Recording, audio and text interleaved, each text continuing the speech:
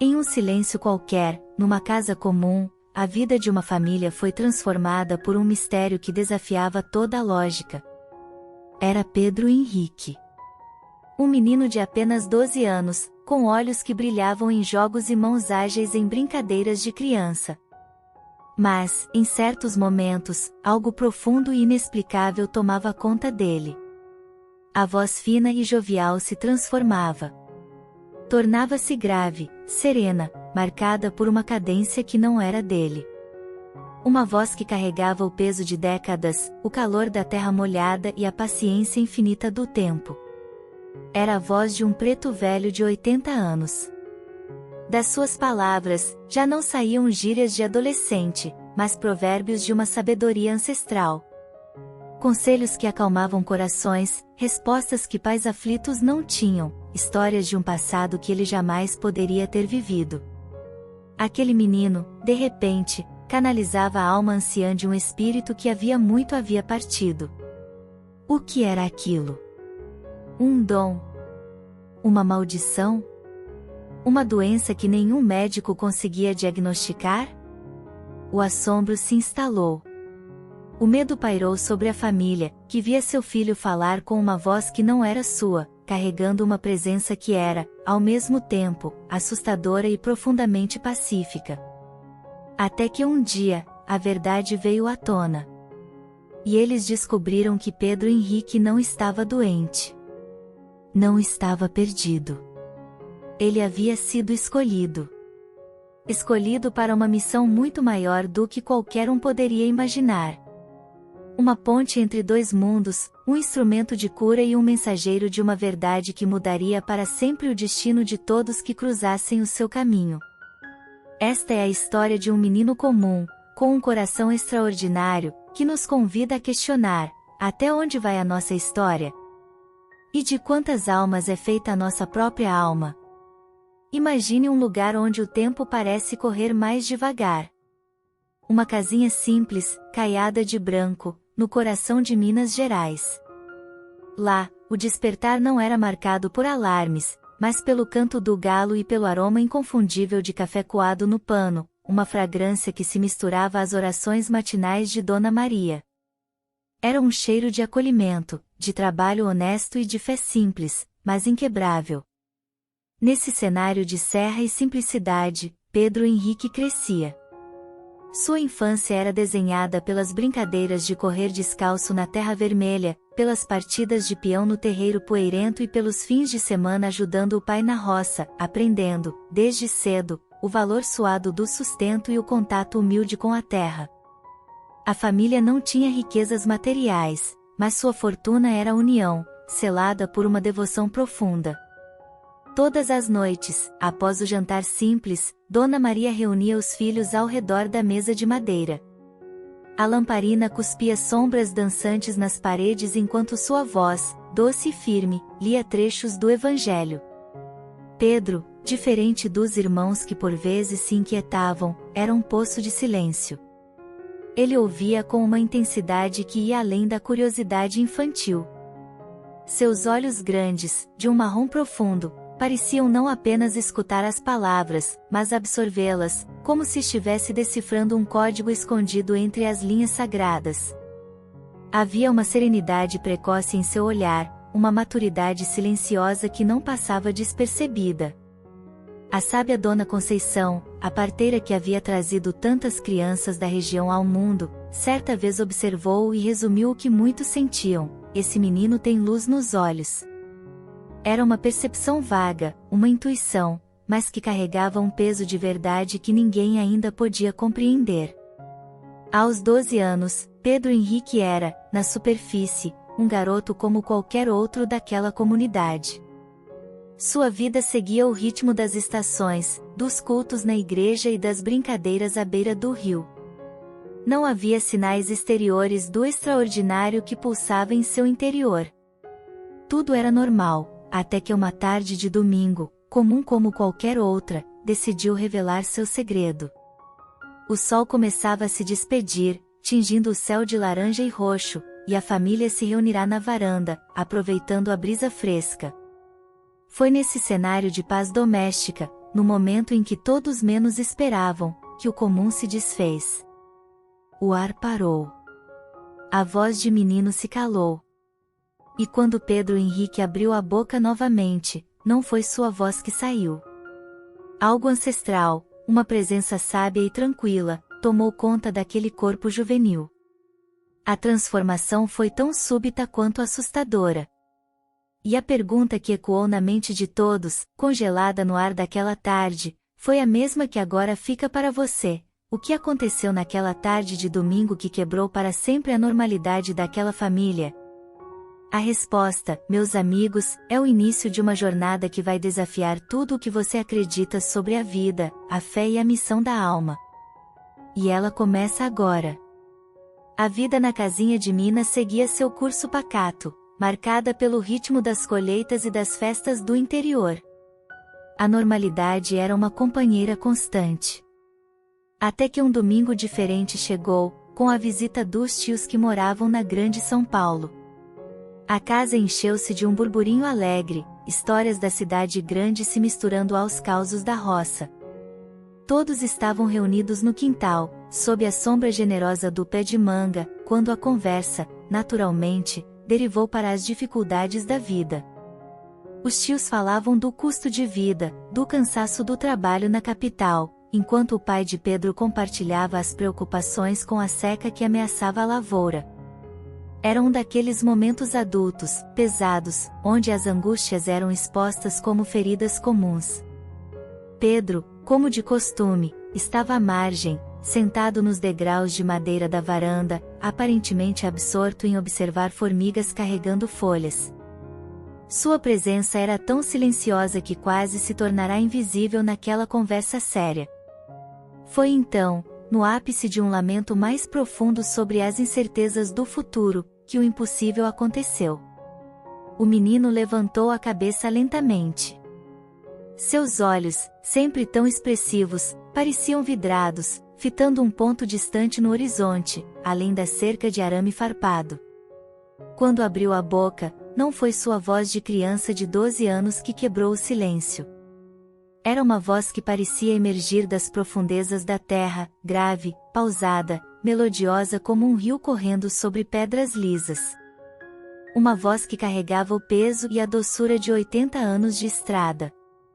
As palavras ecoaram no ar paralisado do quintal. Meus filhos, a calma é a chave. A dor de hoje é a semente da vitória de amanhã.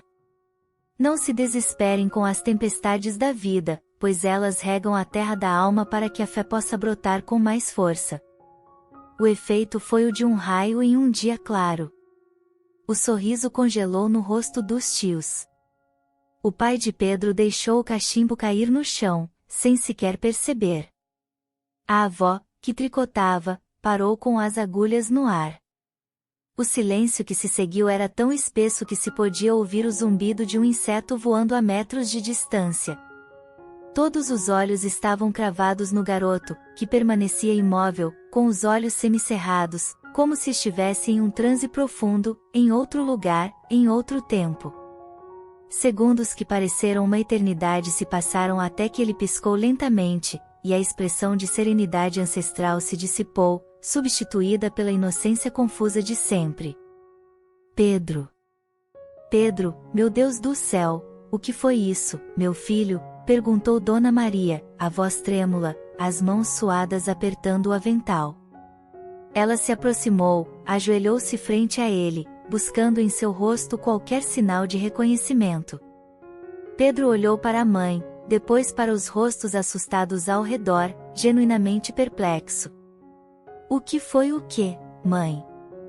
O que eu fiz? A confusão nele era tão real e palpável quanto o susto nos adultos. Ele não se lembrava de absolutamente nada. Era como se aquela voz, aquela sabedoria, tivesse usado seu corpo como um instrumento passageiro e depois partido, sem deixar rastros na consciência do menino. A visita terminou sob um clima de constrangimento e preocupação. Os tios partiram de volta a São Paulo levando não só as lembranças da família, mas uma história estranha para contar. E na casinha de Minas, a normalidade havia sido quebrada irremediavelmente. Nos dias e semanas que se seguiram, os episódios se tornaram mais frequentes e mais complexos. Já não era mais apenas durante conversas sérias, acontecia enquanto Pedro ajudava na roça, ou mesmo durante o jantar. A voz do preto velho voltava, trazendo consigo uma sabedoria que arrepiava e maravilhava. Ele citava passagens complexas do livro de Isaías que nunca haviam sido lidas naquelas reuniões noturnas do Evangelho. Descrevia detalhes históricos de senzalas e quilombos com a precisão de quem lá estivera. Quando a irmã mais nova adoeceu com uma febre teimosa, foi Pedro, em um desses estados, quem indicou com exatidão qual erva colher no campo e como preparar o chá que, milagrosamente, baixou a febre em poucas horas. Conhecimento de um curandeiro ancestral brotava da boca de uma criança. A família, outrora unida, agora se via dividida por um abismo de interpretações. De um lado, os que sussurravam nos cantos, falando em assombração ou coisa do demônio, cruzando-se com o sinal da cruz quando Pedro passava. Do outro, os que, maravilhados, viam naquilo um dom de Deus, uma bênção rara. O conflito interno de Dona Maria era uma tormenta silenciosa. O coração de mãe se dividia entre o medo irracional do desconhecido, que a fazia tremer, e um respeito profundo, quase instintivo, pela paz e sabedoria que emanavam do filho naqueles momentos. No auge do desespero, ela levou Pedro ao médico da cidade, um homem prático e cético. Doutor, tem alguma coisa na cabeça dele? Um tumor? Febre? O médico, após examinar minuciosamente o menino, olhou para Dona Maria com uma expressão de perplexidade. Senhora Maria, fisicamente, seu filho é um menino são e forte. Mais forte que muitos por aqui. Não há nada de errado com ele. Era a sentença que afundava Dona Maria em um mar ainda mais profundo de angústia. Se não era uma doença do corpo, então o que era? Como explicar o inexplicável? As noites tornaram-se intermináveis para ela. Enquanto a casa dormia, ela permanecia acordada, olhando para o filho adormecido, seu rosto infantil iluminado pela luz da lua. Ela orava até a voz ficar rouca, pedia a Deus, aos santos de devoção, uma resposta, um sinal, qualquer coisa que a ajudasse a entender o que estava acontecendo com seu Pedro. O medo de não ser capaz de protegê-lo, de não compreender a força misteriosa que habitava seu pequeno corpo, a consumia viva por dentro. Ela sentia que estava prestes a perder o filho para um mundo que seus olhos não podiam ver e que sua mente não podia decifrar. E no meio dessa escuridão de dúvidas, uma pergunta crucial começou a se formar, uma pergunta que vai guiar a nossa jornada daqui para frente. Até quando uma família pode viver dividida entre o medo do desconhecido e a evidência de uma sabedoria maior? A resposta para esse conflito estava prestes a chegar, e ela viria de onde menos se esperava, mudando o destino de Pedro Henrique para sempre. A busca por essa resposta é o que vem a seguir. A tensão na casa da família havia atingido um ponto de ruptura. As semanas de episódios misteriosos, os sussurros assustados e a angústia silenciosa de Dona Maria criaram uma atmosfera pesada, como o ar carregado que precede uma grande tempestade. E uma tempestade, de fato, estava prestes a chegar, não apenas do lado de fora, mas dentro do próprio coração daquele lar. Naquela noite fatídica, o céu escureceu de forma ameaçadora. Nuvens pesadas e roxas rolavam sobre as montanhas, e os ventos uivavam ao redor da casa, sacudindo as portas e janelas como se algo primordial estivesse para ser revelado. Pedro, que já não era o mesmo desde os primeiros acontecimentos, começou a sentir-se mal. Uma febre alta e súbita o acometeu, fazendo seu pequeno corpo suar e tremer incontrolavelmente na cama simples de madeira. Dona Maria, com o coração apertado de medo maternal, alternava compressas de água fria na sua testa com orações fervorosas. Ela não sabia se lutava contra uma doença comum ou contra algo que a medicina não podia explicar.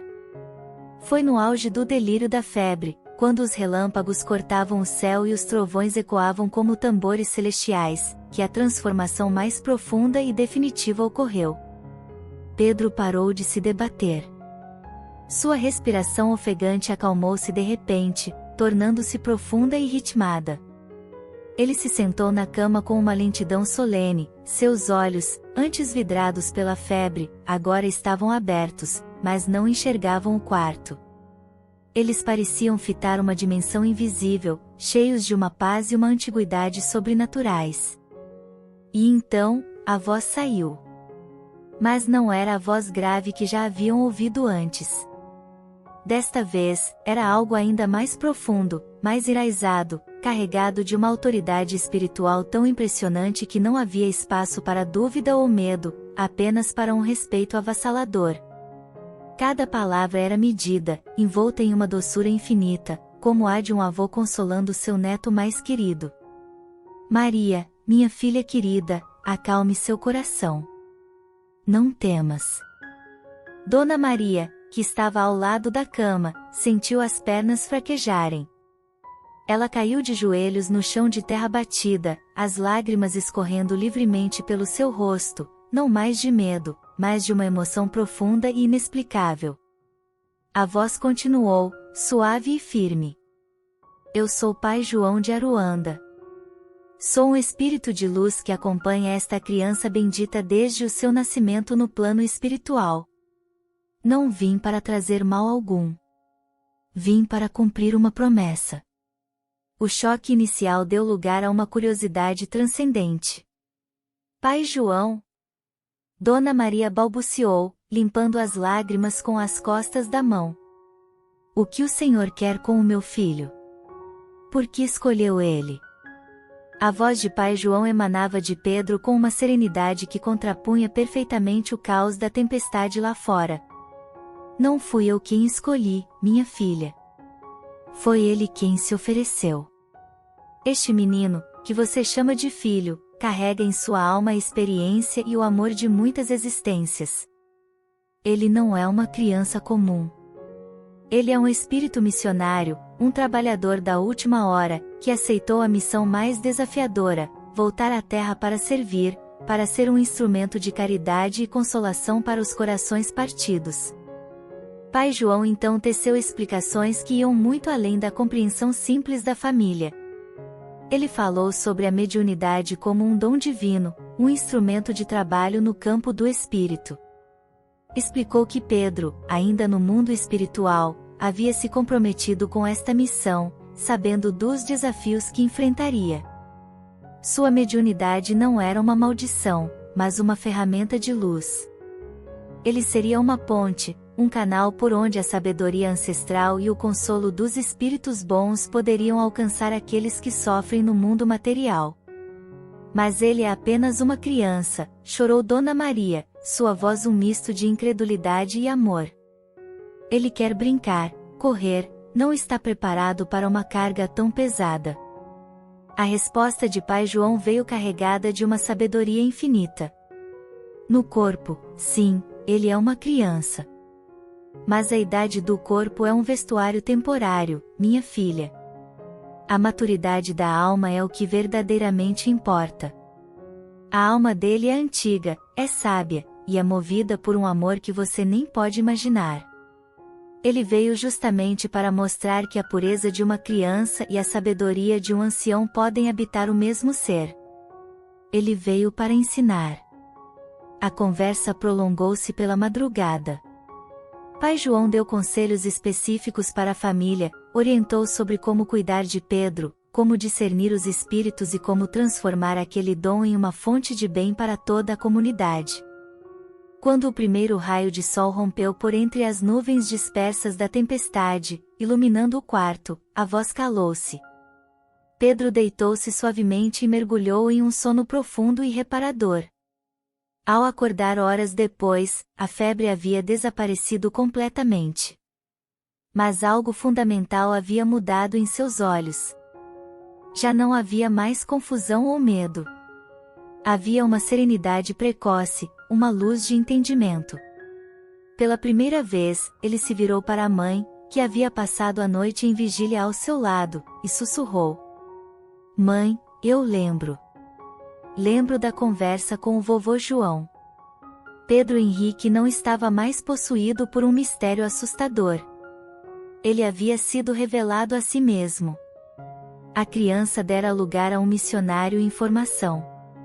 A busca por respostas havia terminado, mas uma jornada muito maior estava apenas começando.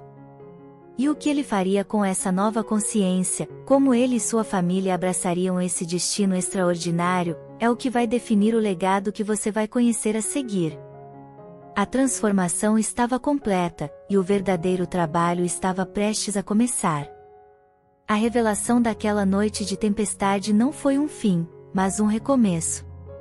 O medo, que por tanto tempo habitara o coração de Dona Maria, dissolveu-se como a neblina sob o sol da manhã seguinte, dando lugar a uma coragem serena. Ela já não via um mistério aterrorizante nos olhos do filho, mas um propósito divino que pedia para ser compreendido e abraçado. Movida por uma fé renovada e pela orientação clara de Pai João, ela tomou a decisão que mudaria para sempre o destino da família: procurar o centro espírita na cidade vizinha. A caminhada até lá foi como uma peregrinação. Cada passo era uma oração, uma entrega. Ao cruzar a porta simples da casa que abrigava o centro, Dona Maria foi recebida não com estranheza, mas com um sorriso de reconhecimento.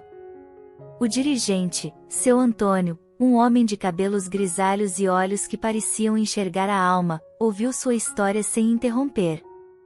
Quando ela terminou, emocionada, ele pegou suas mãos calejadas e disse com uma tranquilidade que vinha de anos de experiência: "Minha irmã, o que o Senhor descreve não é um caso de aflição, mas de luz. Seu filho não está assombrado, ele é um médium nato, um clarividente de coração puro. Pai João é um espírito de muita luz, um preto velho da linha de caridade, e escolheu o Pedro justamente pela pureza que ele guarda. Isto não é uma maldição. É uma bênção rara para sua família e para todos que cruzarem seu caminho." Aquelas palavras foram o bálsamo definitivo. Era a validação que sua alma materna precisava. A partir daquele dia, Pedro começou a frequentar as reuniões de estudo doutrinário. E ali, outra camada do dom se revelou. Com apenas 12 anos, sentado entre adultos, o menino não apenas compreendia os complexos conceitos de O Livro dos Espíritos como, frequentemente, os ilustrava com insights profundos que pareciam vir de uma fonte inesgotável de saber. Quando o Pai João se manifestava durante os trabalhos, a transformação era completa. A postura infantil dava lugar a uma dignidade solene. A voz, então, não trazia apenas sabedoria, mas um consolo que operava milagres silenciosos. Era como se décadas de experiência, paciência e amor incondicional se derramassem em palavras que acalmavam tempestades íntimas e saravam feridas antigas da alma. A fama do menino que falava com a voz do preto velho começou a se espalhar como um riacho que, aos poucos, se torna um rio. Não por busca de notoriedade, mas pelo poder irresistível do testemunho genuíno. Pessoas de cidades vizinhas, e depois de estados distantes, começaram a chegar à humilde casa de Minas. Eram mães com filhos enfermos que a medicina tradicional não conseguia curar, maridos e esposas com o coração despedaçado pela traição, jovens perdidos em um mar de dúvidas sobre seu lugar no mundo. E todos encontravam, naquele quintal simples, uma audiência singular. Através de Pedro, a voz grave e acolhedora de Pai João oferecia não milagres instantâneos, mas orientações sábias, conselhos práticos e, acima de tudo, uma perspectiva de esperança. Ele ensinava sobre o poder do perdão, a lei de causa e efeito, e a importância da fé ativa na própria reforma íntima. Muitos saíam dali sem uma solução mágica, mas com uma paz interior que lhes dava forças para enfrentar suas batalhas. O menino que era visto com desconfiança tornará-se um instrumento de cura para centenas de corações feridos. O que a família outrora enxergava como um problema assustador, um fardo a ser carregado, havia se transformado no maior e mais belo propósito de suas vidas. A casa tornou-se um local de peregrinação e de paz. Pedro Henrique não era mais um caso estranho, ele era a prova viva de que os planos de Deus são sempre maiores que nossos entendimentos.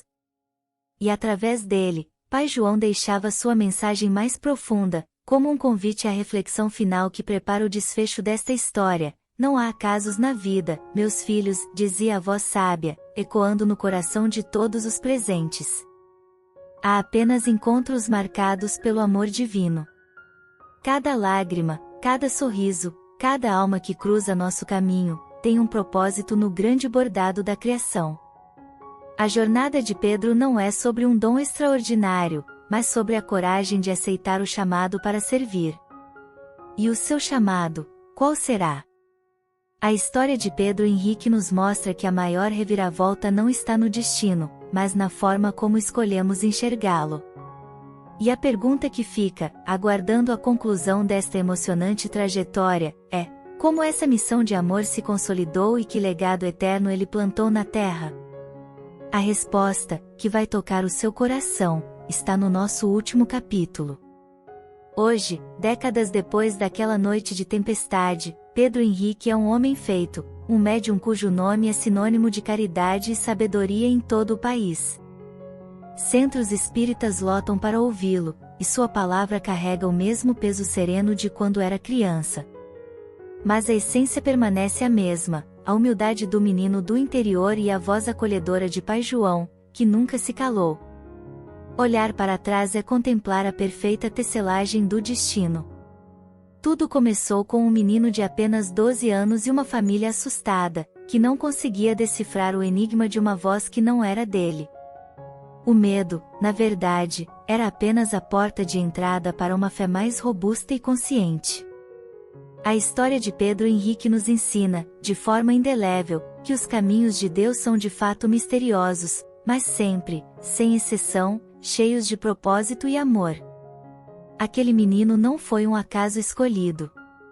Sua alma, forjada em outras existências de aprendizado e serviço, havia se preparado longamente para essa missão específica de amor e caridade.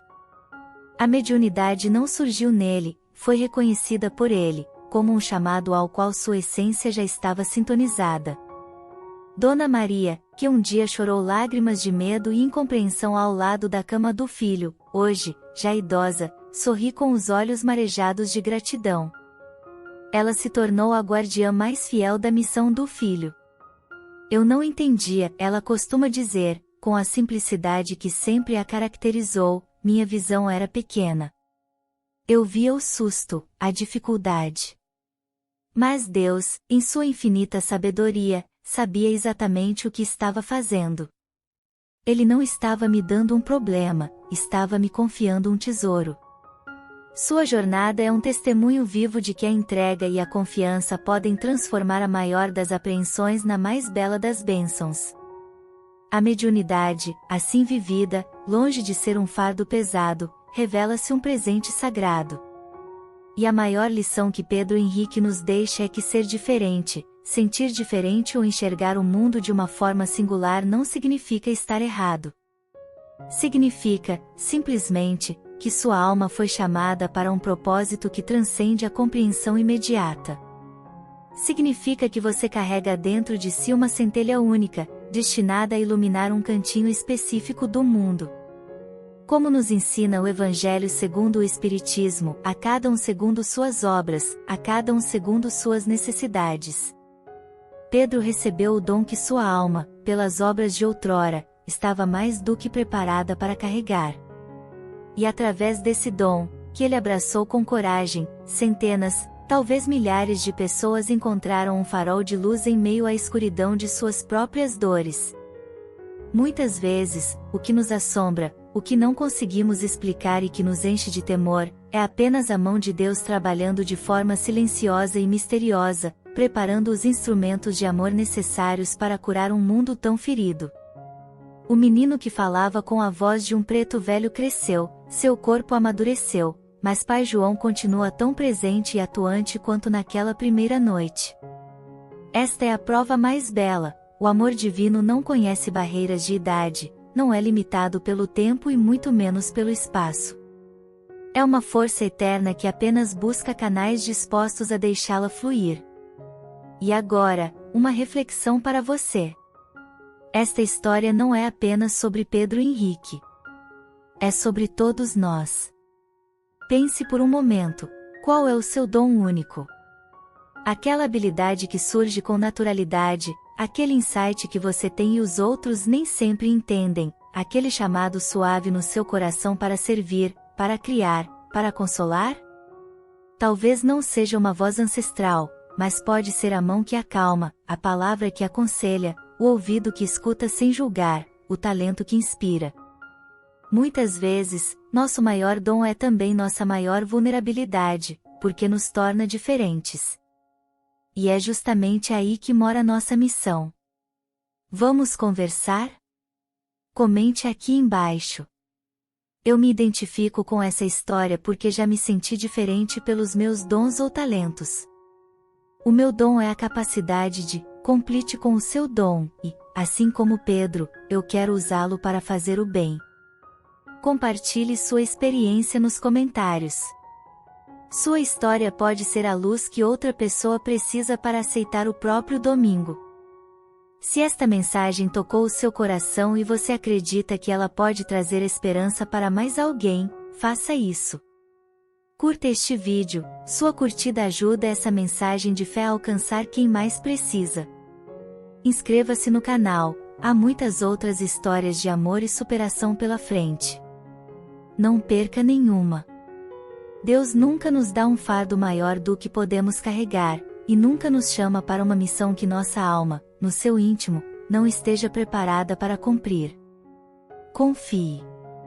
E permita-se brilhar.